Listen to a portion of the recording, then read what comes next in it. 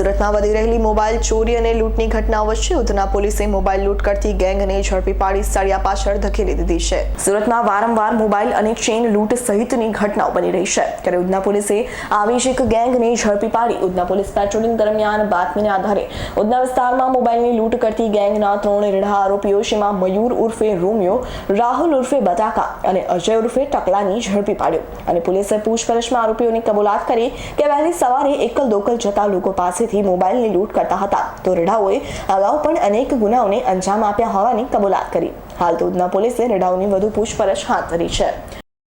3 આરોપીની ધરપકડની કાર્યવાહી ચાલુમાં છે।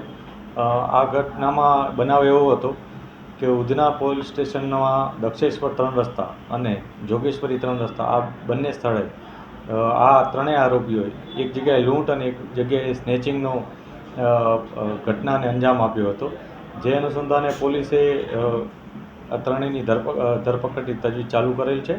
આ બનાવમાં આ ત્રણેય જણાવે પહેલાં એક રાહદારીને ઉધના જે દક્ષેશ્વર 3 રસ્તા છે તે બાજુ જઈ અને એને માર મારી અને એની પાસેથી મોબાઈલ ઝૂંટવી લીધો હતો અને લૂંટ ચલાવી હતી। આ જ રીતના એણે આના 3 દિવસ અગાઉ જોગેશ્વરી 3 રસ્તા પાસે પણ આ જ પ્રકારની એક ઘટનાને અંજામ આપતા એક મોબાઈલ સ્નેચિંગ કરી અને જતા રહ્યા હતા।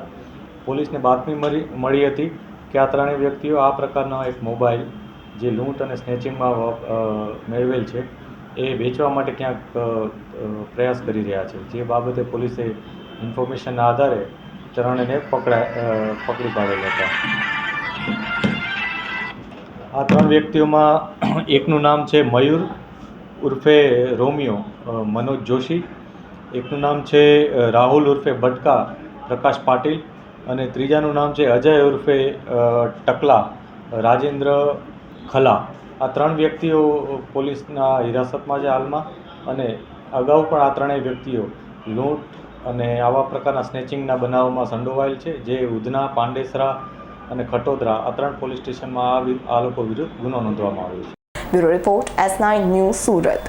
અમારી તમામ માહિતીથી અપડેટ રહેવા માટે જોડાયેલા રહો S9 ન્યૂઝ સાથે।